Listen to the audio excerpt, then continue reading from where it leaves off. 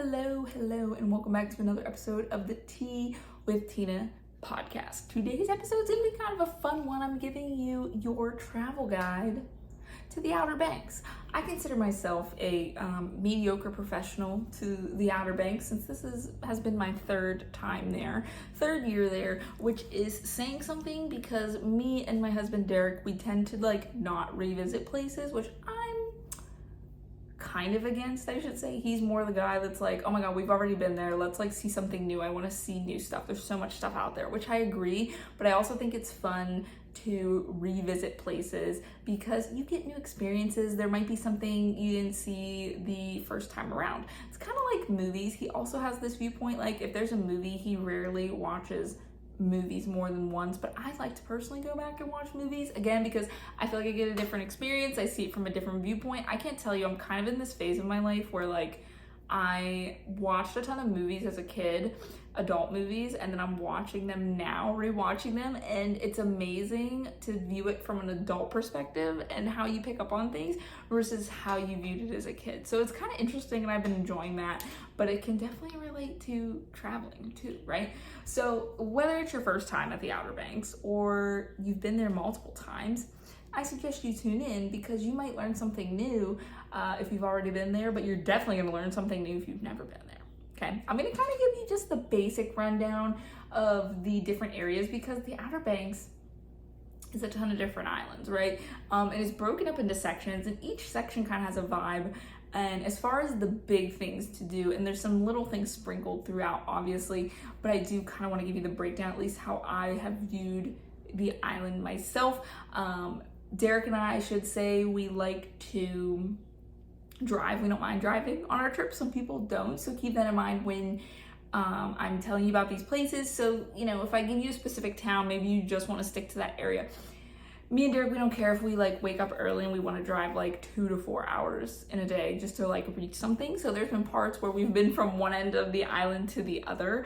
Sometimes it can take 2 hours to get to one spot.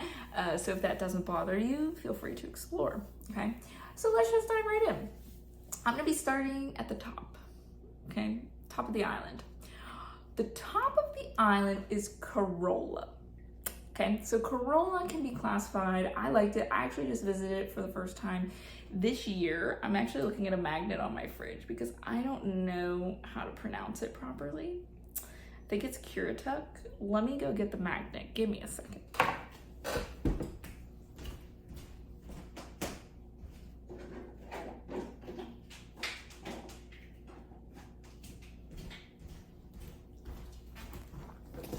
Okay, so I'm actually bringing you all the magnets. So for those of you watching on YouTube, I think it's Currituck Lighthouse. Okay, it was established in 1875. It is an all red brick lighthouse. It's very pretty. This year I deemed for our trip to North Carolina was the year of the lighthouse because we pretty much saw all of my favorite lighthouses. On our way home, we actually stopped at not Ossateague, but it's next to Ossateague.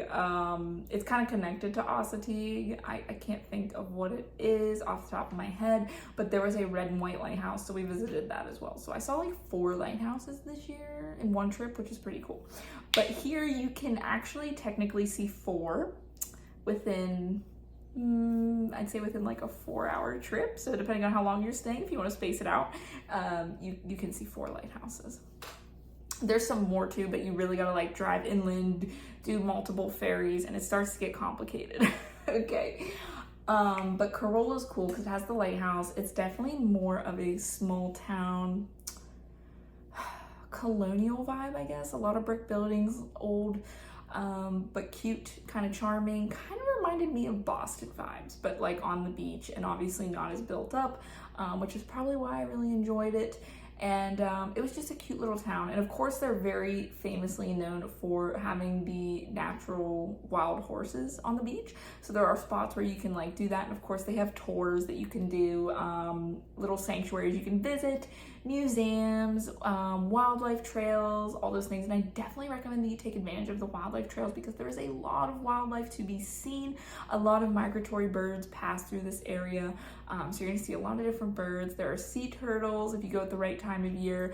dolphins. I've seen plenty of dolphins jumping from the water. Tons of crabs. I've seen a stingray washed up on shore. I've seen a lot of cool things washed up on shore as well. Jellyfish, because we had a big storm that came in when we went. And there was jellyfish washed up on shore, so that was pretty cool. But there's a lot of wildlife to see, which is a personal favorite of mine, at least. So, you know, if you like wildlife too, highly recommend. The beaches, which is fun. But that's also what I like about the Outer Banks too, because there are different spots where if you want more of a touristy feel, you can definitely get that. But if you want more of a nature feel or a history feel, you can also get that. So you get the best of both worlds, which I like because I'm never really set on being super touristy or all natural. I kind of like a mixture of both. But I would definitely define Corolla as more natural history-y with a touch of tourism. But that's like gonna be the farthest one north, okay, for you. Then below Corolla is Duck. Duck is cool. I've never stayed there and I've never stayed at Corolla, but Duck is more bougie. Okay, there's definitely lots of nice homes there, a lot of private homes. It's definitely a little tighter the way the layout is, but there's more trees there, more coverage. The beaches kind of seem a little bit more private as well. But there's a lot of cool little restaurants, little activities, like a lot of people drive golf carts around. There are rentals for different activities. So if you kind of want more of like a family friendly, like you're into doing those things and like having a really nice beach house and you want to like kayak and drive your golf cart around and eat at nice places, that's kind of your vibe at Duck, okay? I will say it's tends to be for more people who have a little bit more money. At least from what I've seen. I have not checked out rental prices, but by the looks of it, it looks like it'd be a little pricey. But Duck is still cool too. That's gonna be south of Corolla. Then we're kind of getting into the big main chunk of the island, the middle of the island, which is Kill Devil Hills and Kitty Hawk. I'd say this is middle ground where most people stay. This is where we stay. We actually stay more towards the northern end of this, closer to Duck, like we're maybe like a 10-20 minute drive from Duck, so definitely on the northern end. Usually when you enter through the main bridge, like you cross the big bridge and you pass by like a Walmart and things like that. I have a good Walmart story, by the way, so stay tuned for that. You can kind of like cut in, and then that's when you can choose to go north up towards Duck and Corolla, or you can choose to go south to the rest of the island. That's gonna be like your main way. So like when you really enter the island, you're hitting Kill Devil Hills and Kitty Hawk. Again, it's definitely more touristy, it's more general, good for couples, families, whoever. The beaches are a lot more open. There's not a lot of trees. It's very open, tons of rentals.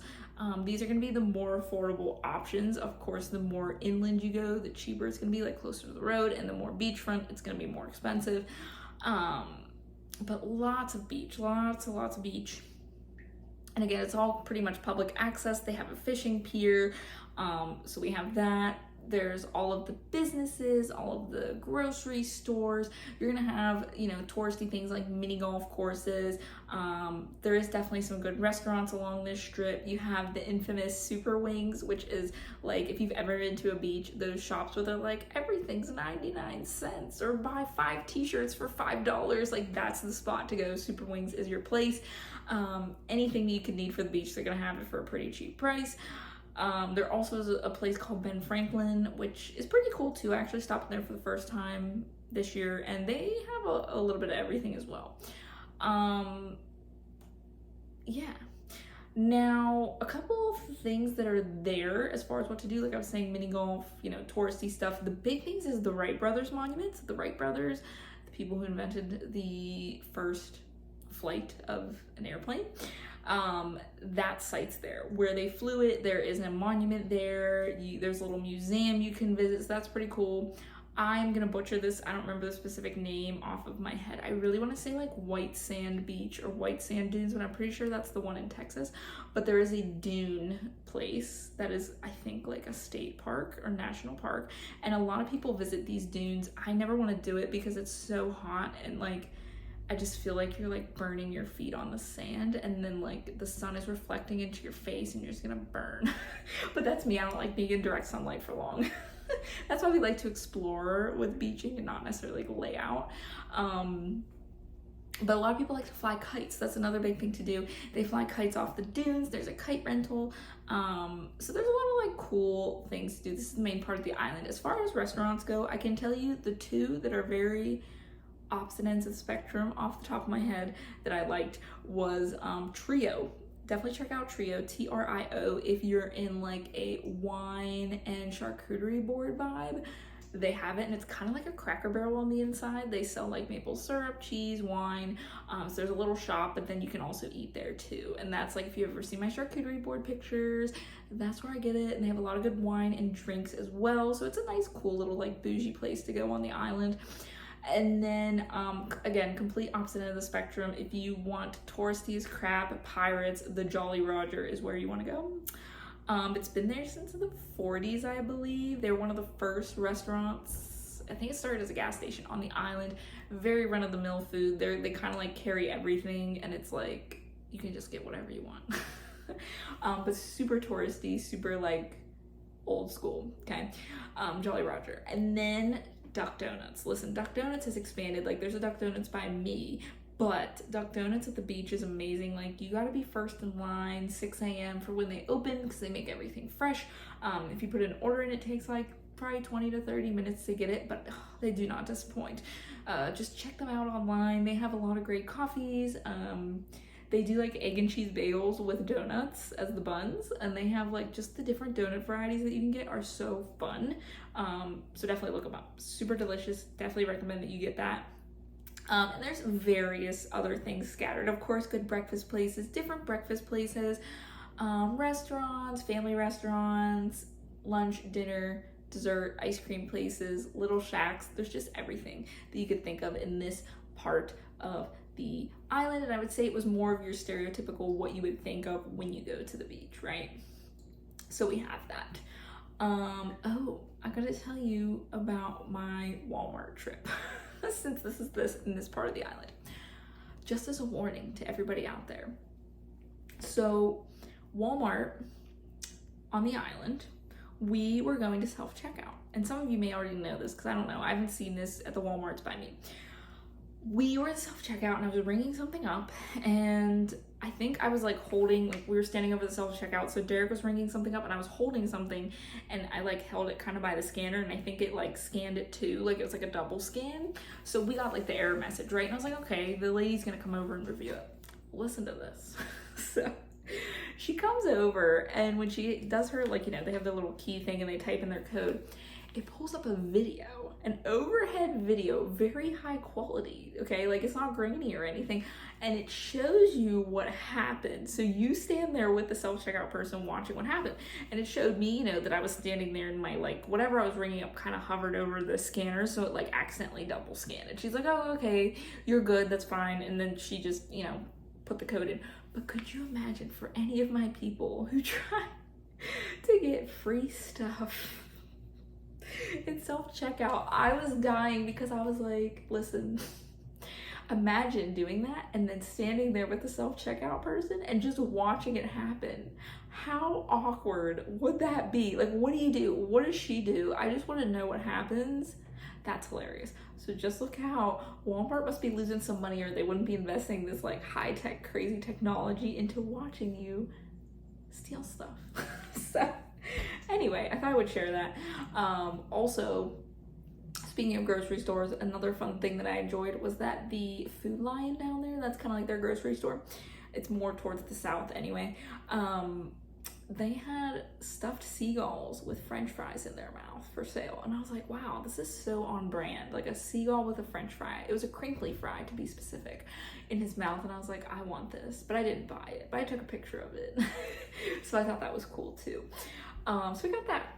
Now, let's see. So we're kind of in the middle part of the island. Towards, when you go south a little bit more, it kind of blends into Nag's Head.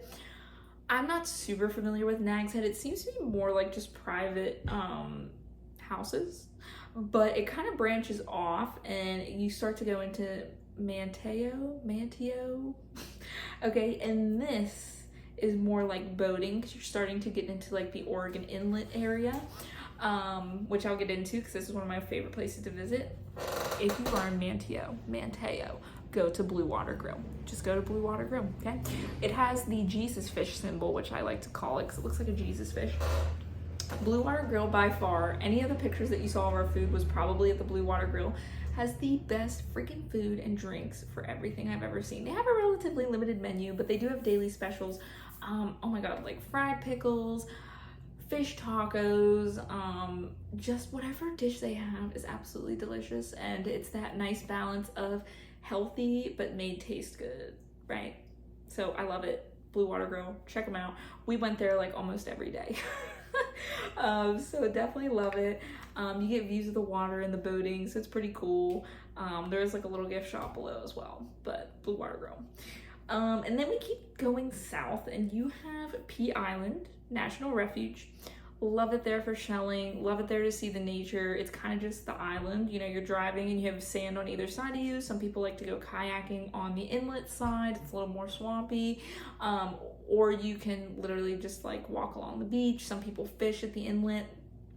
So it's pretty cool. It's more natural. There is a little camping site as well for RVs and things like that. And then if you keep going, you will, well, this is actually before Pea Island, but you see Bodie. So that's another lighthouse.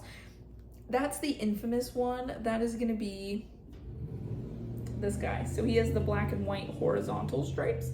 Bodie, oh wait, yes. I was like, it's Cape Hatteras National Seashore, and I panicked for a second, but Bodie is a part of Cape Hatteras National Seashore. He is 156 feet tall, erected in 1872, 214 steps to the top. I think you had to pay like money to go to the top, and there was like this wait list, so I was like, nah. But you can go in the house, it's a little gift shop, and it's cool to take pictures of the lighthouse. So we've seen him in action at night. Actually, we were there during the wildfire smoke, which we didn't get hit super bad. While it was like orange up north, it was just pretty hazy when we were down there. His light was actually on early because of the haze, which I thought was interesting because we were wondering if that was going to happen, and I think it has like a sensor on it when it gets to a certain darkness. Speaking of, with my magnets, I do have a Wright Brothers magnet as well. It is 3D, if you can tell, for those of you watching. December 17th, 1903, they flew for 12 seconds and 120 feet. Pretty cool. So there's a lot of like national park stuff down here. But yeah, if you keep going south, that's when you're gonna go into Hatteras, Cape Hatteras. Hattie, as I like to call him, is the big boy. We actually went and visited him at night. It's pretty freaky. I think it's freaky at night to see his light swirling around when you're up close to it. But he's 198.5 feet tall, erected in 1870, tallest brick lighthouse in the United States. And he is the stereotypical lighthouse that you always see if you don't see Bodie, with the diagonal black and white stripes. I will say the visitor center is cool. It's cute. It's small. The actual Cape Hatteras site is kind of underwhelming. I wouldn't necessarily make a day trip out of it. There's not a whole lot to do. The beach also isn't really that great. It's a little rocky. There is like a wrecked ship that you can see there out in the water. But I don't know. It's just like not my vibe. I do like seeing Hattie. And if you go into town, there are some restaurants and things like that. It's just not my vibe personally. But Cape Hatteras is also, it seems like, a lot more people who actually live there, kind of like everyday locals. It's not as touristy down there. If you keep going south, you're gonna reach kind of the end of where you have to take a ferry, and that takes you to Ocracoke, which is gonna be pretty much the end. So if you go from Corolla to Ocracoke, you're probably looking at, if you stayed at Corolla and drove to Ocracoke, probably like 5 hours, 4 hours maybe. I don't know. I didn't do it on Google Maps. But by the time you're on the ferry I think takes maybe like a half hour. The ferry was cool because you drive up on, you have to kind of plan the time. You get to see seagulls, dolphins when you're going across, which is pretty neat. The island's really cool, Ocracoke. You can see Baldy, Old Baldy Lighthouse there, but we actually, I think you had to take another mini ferry over to see the lighthouse once you're on the island, because then it starts to get really islandy. But Ocracoke is definitely an island. There are some wild horses there. There's beaches, like barely any trees, so just be ready. But you pretty much drive into town, and town's tight, you know, because it's an island. But there's a lot cute little like beach shops and just different things to do. We ate at one of the kind of like pubby places. So we ate some good food there. We kind of saw the wild horses. They have a little pen that they stay in. Not a lot of shells on the beach. You think you would have a lot of shells, but there was like a lot of people there. I was like, oh, it's an island. There's gonna be a ton of shells, and there really wasn't. But it was all right there. I didn't mind it. It was just like a big trip. But right before you go on the ferry to Ocracoke, there's the graveyard of the Atlantic, which is really cool. So I would tie that in with Hatter's graveyard of the Atlantic. That strip, which is why there's so many lighthouses, is particularly dangerous in the Atlantic Ocean. It's very rocky, which is why they have all the lighthouses. So there's been a ton of shipwrecks, probably I think like the most shipwrecks in the area or whatever. And there's like pieces from old ships and there's stories in there. This year that we went, 2023, it was under renovation, so we couldn't go. But when I did see it last year, it was pretty cool. So definitely recommend checking that out. So we have all that. Now, sorry for my creaky chair. Oh, also I wanted to share one more thing for my YouTube people. I got the Guardians of the Atlantic since we were talking about it. We have Hattie's, Currituck, Bodie, and Baldy. Baldy's in the top. If you can see him, he's like the little gray one, short stubby one. But yeah, these are actually all of the ones that you could probably see within driving distance. Okay, so we got that. That's all the ones I just talked about. Now, if you go inland more, so once you hit where Manteo is, you can choose to veer off to the right and go inland. And that's gonna take you to some more cool, touristy, kind of middle of the road things. So you have the aquarium, gotta go see the aquarium. Roanoke, the first settlement. So they have a whole national park to dedicate it, or maybe state park, some sort of park dedicated to it. A little museum and things like that. So you can definitely check that out. And right next to it, like in the same parking lot, is the Elizabethan Gardens. Hold on, my laptop timed out. The gardens. And that is also really pretty. They have rose gardens. You get a view of the ocean, just different flowers. You can just walk around. It's pretty cool. They have a really old tree there. So definitely recommend seeing those. Roanoke, the aquarium, and the gardens for sure. Those are some other things that you could definitely check out. The last thing that I'm going to mention that's inland is that I absolutely love and would do every single time, which you've probably seen my pictures if you follow along, is Alligator National Park. I freaking love Alligator National Park. There's two options because it can get really humid and swampy, but there is a little walkthrough that you can do. It's on kind of like this boardwalk. I have no idea how far back it goes, but it looked like people could kayak as well. I would want to kayak in swampy, whatever, with the name alligator in it, but more power to you. But you can walk back and there's just a lot of bugs, and Derek gets bit up like nobody's business. So he doesn't like doing that. But if you want to walk, we saw a lot of cool dragonflies, squirrels, you can see alligators. There's a ton of wildlife in this straight walkthrough, right? If you can handle the mugginess and bugs. But if that's not your vibe, my favorite thing is the little safari loop that they have. So it's a dirt road and you can travel through this loop, and oh my god, the wildlife you see, I've yet to be disappointed. I've seen an owl in the swamp. I've seen hundreds of alligators, turtles like nobody's business, turtles everywhere, different kinds of birds, black bears. That's the really cool part. I mean, this year we saw like 5 black bears. It's pretty cool. You just kind of stop there and you can observe it, which I really think is neat. But if you really like animals and observing wildlife, nature, butterflies, flowers, all of it, that drive, 100% go do it. It's so worth it. It's free, right? And like if you go slow, 5-10 miles per hour driving through, it's gonna take you a good hour or two, and stop for some ice cream after a great day out, right? But yes, that was really fun as well. Yeah. So wow, my brain kind of hurts now, but I hope that maybe this kind of gave you an overview of the island. So I kind of started at Corolla, went all the way down to Ocracoke, and then if you go inland, so we're kind of making that triangle. If you go inland a little bit more, there's also stuff to do. These are going to be the big things. Of course, there's going to be little things scattered throughout. There's going to be like, your little shelling trips and dolphin sightseeing tours and fishing excursions and like little odds and ends, but these are going to be the big things, I think, depending on what you like to do. So if you like to do more than just like laying out on the beach or whatever, I got you. Okay, So thank you for sitting down with me and chatting with me. I hope you learned something. Let me know, where are you going? What do you want to try out? Have you been to some of these places before? Maybe there's something I haven't done before that you have. I want to hear about it. And if you like this podcast, be sure to subscribe. For those of you on YouTube, you can leave me a comment below about your Outer Banks experiences or questions. I'd be happy to chat with you. If you are listening, wherever you're listening, I would love if you would leave me a 5-star review. It just allows other people to see the podcast and listen to the podcast, because I don't make any money off this. This is just fun, right?